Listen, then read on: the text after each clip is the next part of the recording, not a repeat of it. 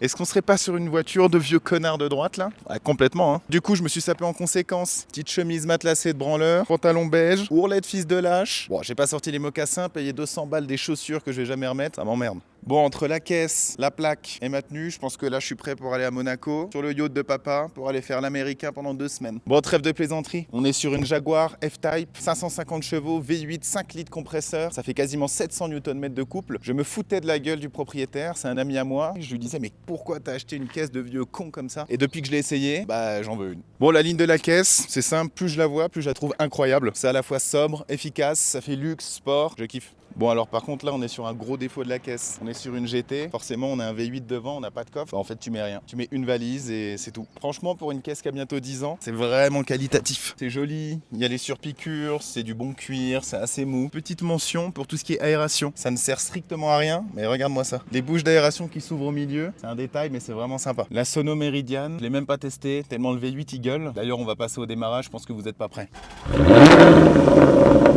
Bon par contre il y a un truc qui est particulièrement stylé sur cette caisse, c'est l'ouverture du capot. Bon ça casse plus les couilles qu'autre chose, faut avouer que c'est cool. Bon la caisse elle est 100% d'origine, ça gueule à mourir, c'est n'importe quoi et on n'a pas encore roulé. Allez c'est parti.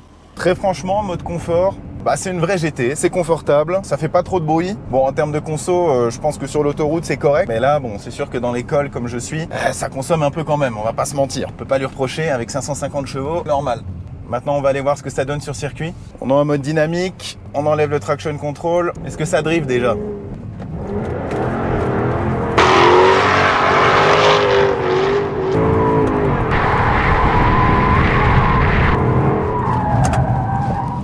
Bon bah ça va tout seul, hein. Ça c'est validé. Oh par contre, c'est que du travers. C'est impossible à garder droit. Impossible.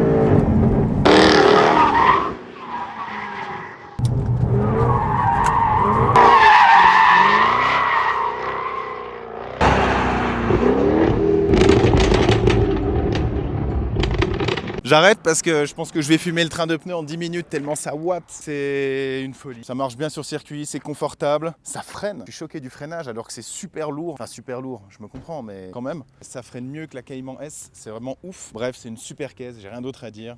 Achetez-en une.